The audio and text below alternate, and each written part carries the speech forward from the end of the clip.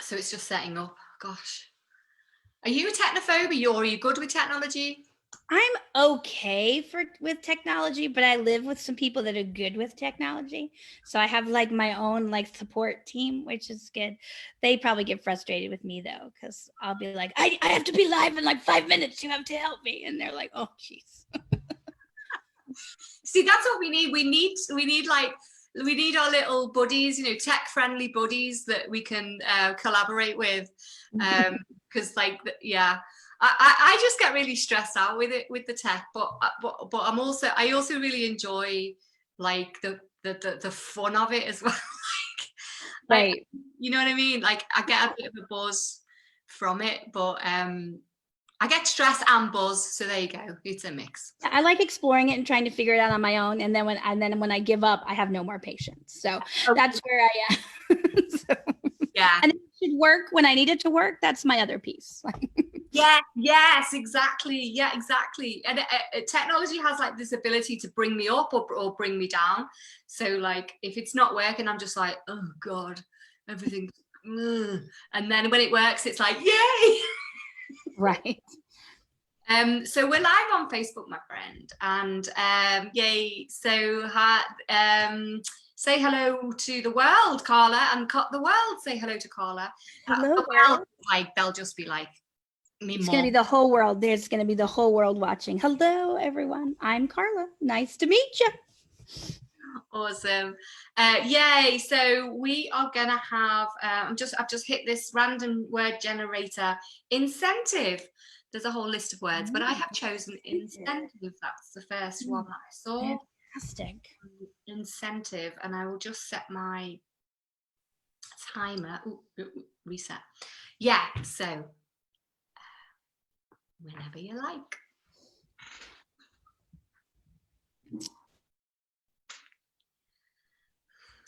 So I feel like if I'm going to do this for you, that there should be something for me in it. And right now, I don't feel that way.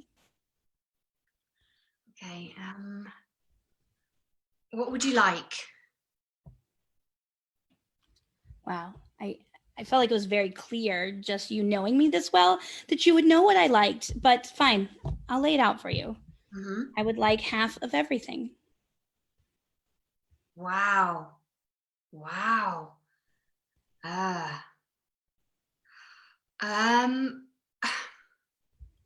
Okay. I think I can live with that. It's so funny. I feel like I'm in Dragon's Den, but you're my friend, so it just even feels really weird that we're like negotiating so hardball. But like, yeah, I can give you half. I just felt like I had to be intense and intimidating, and that it felt so unreal and unnatural. So I'm glad you just caved so fast. So thanks. Thanks for that. Because I don't like to talk money. It's so gross. It just makes me feel dirty, but like we need it, right? So yeah, we do. Do you know what, Claire? I don't think I've ever seen you so hardball. Like I really like. I haven't ever seen you. You were quite. I was a bit intimidated right there. I thought, Beth, I practiced in the mirror for like 10 hours. Like I practiced just that conversation in the mirror for 10 hours. So thank you. Thank you for like seeing that like I was being hardball. That's amazing. Man, you're the best friend. Thank you. And I mean, I'm really happy to give you half. Like me and you, we're just so good at patisseries, and you're the best chocolatier that I know. So it just makes sense that we just 50-50 everything. Our cupcake, cupcakes, chocolates, cakes. I mean, we're good at what we do. So why not collectivize? Do it together, and we'll go 50-50. That means so much to me. I mean, I didn't realize that you knew how good I was. I mean, like we're friends and stuff, but you're new to the industry, and like I've worked hard to get my name out there, and I part of me wanted to take more, but I thought, no, you're putting all the money up, so you should at least get half. Yeah. I mean, you know what? This is such a good. The more I think about it, it's a win-win. I mean, I was pretty sad when mum died, but of course, because I had the inheritance, I could invest. And you were so creative. You're so creative with your chocolatier, and I've still got the one. I've still got the one that you made me for my birthday. It was so beautiful. I couldn't actually eat it because. So, do you remember this? Oh. Oh, I can't believe you kept it. You I put so many details into your mom's face on that because I knew how much she meant to you. And I'm so glad you didn't eat it. I mean, that would have been amazing because obviously I bake for people to eat, but this was different. I baked from my heart on that one. Well, I feel it. I can feel that. Yeah, I can feel that. Yeah, and so it was too nice to eat. And plus I enjoy looking at my mum's face on that cake. You know, she liked caramel, and so I like the fact that you made her hair out of caramel. And yeah, I could feel that it was from your heart. She would have loved this. She would have loved us going into business together. I mean, she was like a second mom to me. So I feel like her spirit will live in this shop. And I know we haven't come up with a name yet. And so I was thinking Mildred's after your mom. Oh, Claire, I would love that. I would love that. You know, she loved you like her own anyway. I mean, you were around at our house so much when we were growing up. It was just, she really did love you like her own. So yeah, I think if she was up there, if she could hear us right now, I think she'd be tickled pink to think that she would have a cake shop called Mildred, you know, Mildred's, hey, Mildred's Muffins, or is that a bit rude? I don't know. It kind of sounds fun. Maybe we just she was cheeky. We can be cheeky. It's fine. I think she would like that in her spirit. And you know what? She was like a second mom to me. I never wanted to be in my house. It was a mess over there. And your house was loving and fun and stable. And that's what this muffin shop, Mildred's Muffins, is going to be. We will sell more than muffins, but still, that'll be fun. Yeah, yeah. Do you have any because I know you've been working on a new sort of avenue for your chocolate cakes. So like, do you think that you could move into other things, or are you just going to stick with chocolate? Only because like I know that people, you know, maybe need more of a range. You know, I do love chocolate, and there's a whole world out there that feels like fruit should be in desserts, and I don't get it, and I don't agree with it. But I think as a business owner, I have to embrace it. So I've been working on some recipes, and I feel like I'm perfecting things that are of the non-chocolate variety. Yeah. Although my favorite thing is fruit and chocolate now. So like pineapple dipped chocolates. I think that there's an avenue out there that we can combine some of those. But yeah, I guess we'll have to do some non-chocolate things. Yeah. Okay. That's cool. Good. All right. Well, I mean, I have a check. I have a check here. But it's $150,000 dollars. So like if I give this check to you, like, do you think or maybe I'll keep it, I don't know, but maybe we should just go to the bank and like open up an account. And it's just that I'm only being a bit cautious because like I feel like I do trust you. I mean, I do trust you, obviously, but you know, oh, maybe I'll keep it. We'll go together, and we'll go together, but I'll keep hold of that bit. Yeah. Okay, I think we can definitely go together, but I feel a lot of hesitation from you. I feel like you're not all in. Like, I am. I'm totally all in. I'm totally all in. Just, I think I have to get better at trusting people. I mean, and I do trust you. I really do. It's just like, that is a lot of money. I just realized then when I looked at it, it was like that is a lot of money to invest in a new venture.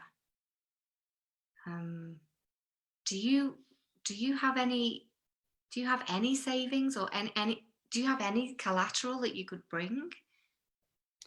I mean, you know, my upbringing, we didn't really come from much. I mean, I could sell my car. I mean, there's a room above the shop that we're gonna uh lease, and I could just move up there and sell my apartment and sell my car. I don't want you to feel like you're doing, I mean, I'm doing all the work, but I don't want you to feel like you're giving all of the money. So, I mean, I don't want this to be an issue. Like, I don't want it to come between us. Yeah, same. Yeah, same. Yeah. I think I'm just going to go all in. I trust you, so it's fine. I've just got to get my head round.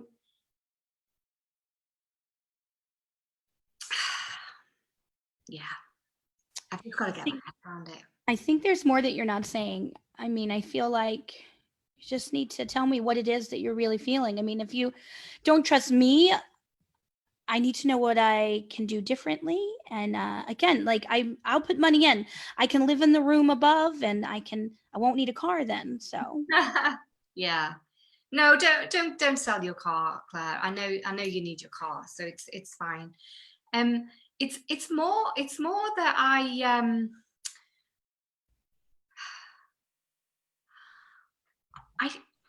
don't go mad, but I like the way your cakes look. I mean, this beautiful. I don't like the way they taste so much. So I mean, you're beautiful. You create beautifully, and don't go mad. But I don't really like the flavor. So that was my hesitation. It's like, why am I going into business with my best friend, who of course I trust, but it's like I've got to believe in the product. Oh, have I hurt your feelings? no, it's fine. If you don't like them, then I think that I can't take your money. I think that we maybe think of something else that we could do with the money for you, and I can find someone else to be an investor in our business, in my business, someone who believes in me and my talent. I do believe in you. I just like I'm more of a sorbet dessert person. I do believe in you, and I do trust you. And this is the inner conflict. I love you to bits. You're like a sister to me. But this is why I was asking you about other things that you might create. Yeah. Yeah. Okay. Yeah, it's good that we're having this conversation now. I think that we need to put everything out on the table, and I will. Maybe we just need some time to think about this. Okay. Yeah. Okay. And yeah, I will maybe make you some cakes that are not chocolate, and we'll just spend a little more time. I mean, maybe we lose this building. It's fine. That might just be another building in our future. And maybe this is not something that's supposed to happen right now. Okay. Gosh, all of a sudden the stakes feel really high. They are high. This is your mom. This is everything that she's left you. So, I mean. Yeah. I think I'm just getting cold feet, but I really don't want to I don't want to have cold feet. I feel cold feet, but I don't want to have cold feet. Yeah.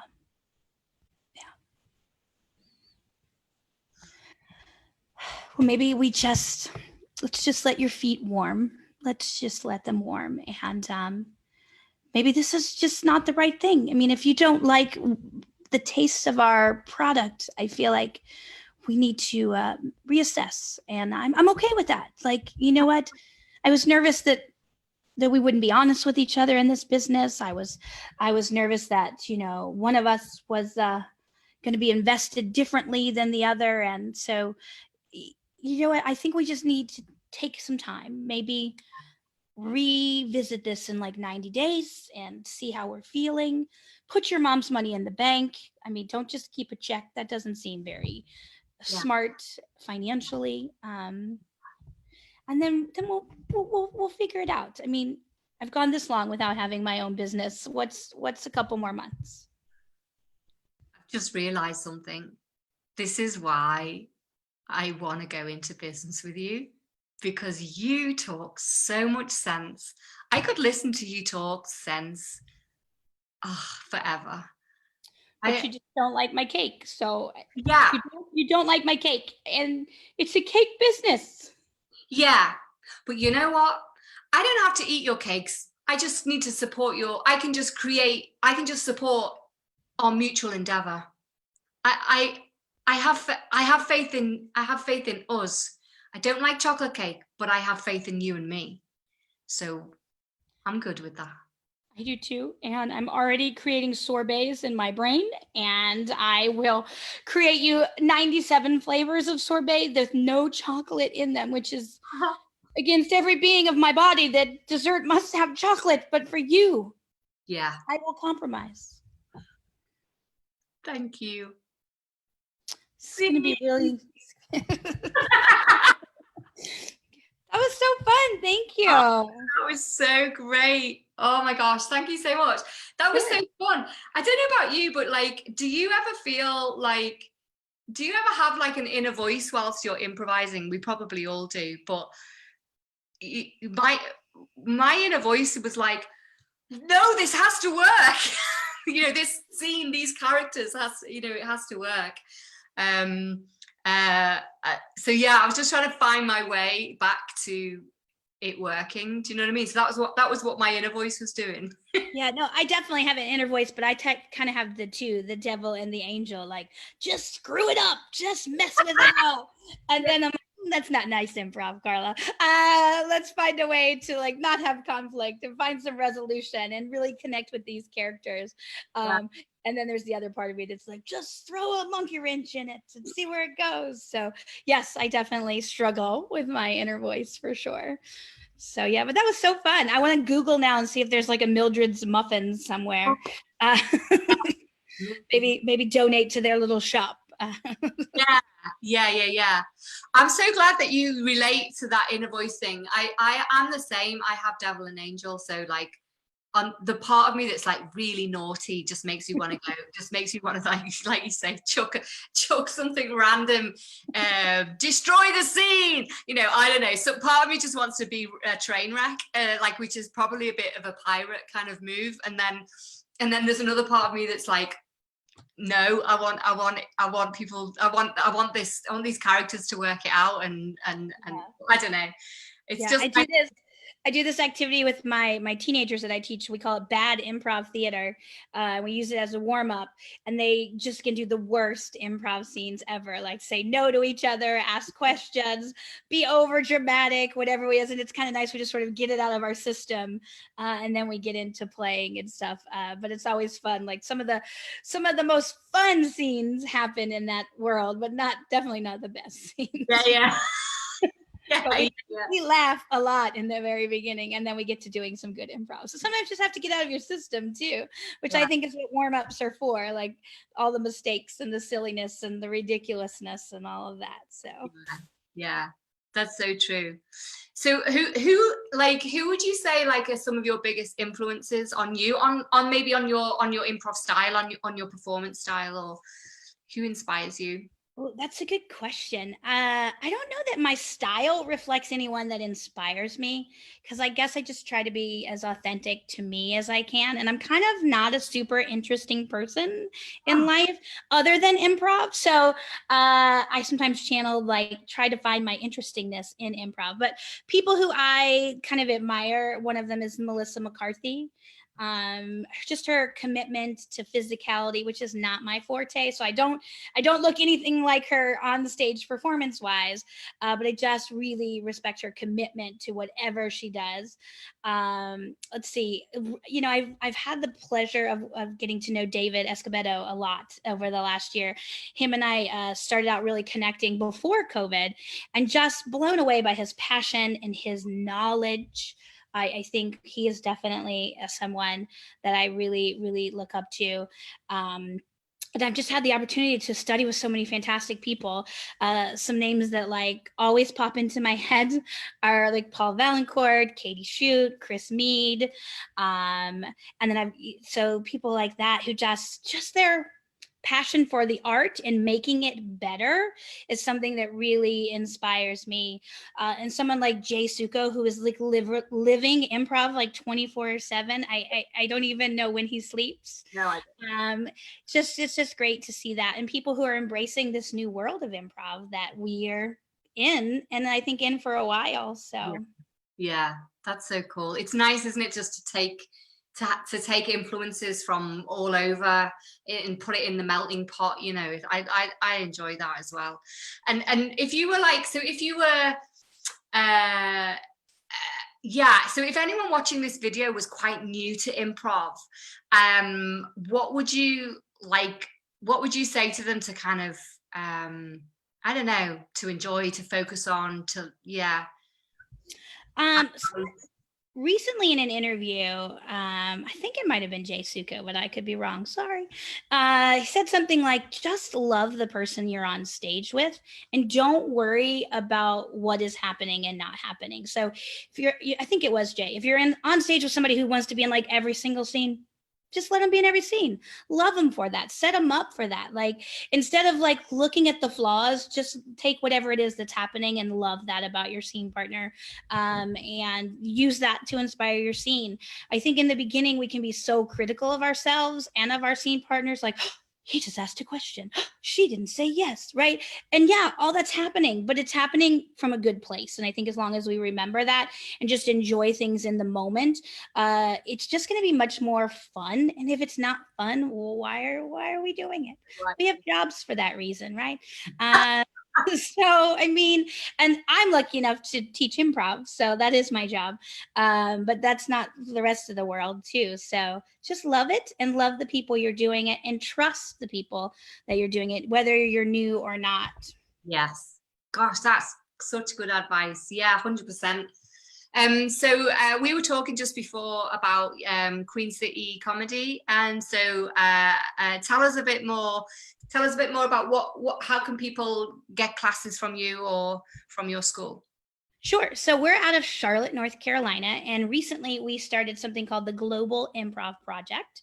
My partner Kale and I were doing some drop-in classes pretty early on in COVID, and we were getting students from like India and South Africa and Mexico, and it was just so amazing because we're just this podunk little town, and so to really be able to like do improv with people from all over the world was just eye-opening. So we held auditions, and we have 31 people. We couldn't narrow it down. We thought we might get enough to do one team. We have 3 global improv teams where people from all over the world will be working together to do improv. So from like the Philippines and Canada and South Africa and Tel Aviv and Scotland and Malta and England, and then a lot of folk in the US, because that's where we are. We'll be doing improv together. So through that, we are offering like classes and workshops. So workshops from our faculty members, classes from our faculty members, and then we are trying to bring in because we can through the internet, people that we wouldn't have access to before. So we just had a workshop with Paul Valancourt. We have Adele Rafai from IO Chicago, whose podcast is The Magic Tavern, I think that's what it is, who's doing a workshop, and then just lining up more people. So you can go to queencitycomedy.com. You can follow us on Facebook. Our events are on Eventbrite. We do a improv jam once a month, which we call our Global Improv Jam. Those are free. You can sign up for those. We do drop-in classes that are free, so we always are very conscious of price. And then we just recently started a scholarship program. So we have a hardship scholarship for people who perhaps aren't working because of COVID, but still need to be invested in improv because it's their touchstone. We also have a representation scholarship. So if there's a particular class you want to take but can't afford, or just feel like your voice needs to be heard in that class, you can apply. And there's also options to donate if anyone wants to help with that. So I guess that felt like a pitch, and I'm not a pitchy person, so I No, apologize. it didn't come across as, it just came up. I was just sitting there admiring your passion. I was like, oh, Karla's so passionate about improv and having people access improv. And I mean, that global project sounds phenomenal. What an incredible experience. I guess, you know, that's what the pandemic has enabled us to do, is innovate and innovate and collaborate internationally. So I think what you are passionate about what you're doing. So that's so cool. I definitely am. I think improv changed my world. When I turned 40, I had like a midlife crisis, and improv was what came out of that. And like almost 12 years later, I'm like living it as my job and not only my passion, but also my employment, which is amazing. Finally using my theater degree, Dad, thanks. And I just think that there are so few people that give improv a chance and are like, oh, what's this crap, right? Most people are like, oh my gosh, and you get sucked in, and it just feeds your soul. It definitely feeds my soul. Wow. And just watching people grow, watching people perform, like it just sort of, it's what the world should be about, right? Just joy. And I think that's what improv provides. So yeah, I'm totally on that train with you. That's exactly what I feel as well. Yeah. Oh, that's awesome. Gosh, I feel infused and impassioned by being in your company. So thanks. Thank you so much for doing 10 minutes. Thanks for letting me. I've been a huge fan of yours, and just to finally get to play with you instead of like passing each other. I think I did a show and then you did a show right after, but now we get to do improv together and open Mildred's Muffins. Bring it on. Awesome. Oh, thank you so much, Karla. If you stick around, and I'll just we'll go off live now. So if I can remember how to do that. Oh yeah. So tra world, tra. Bye.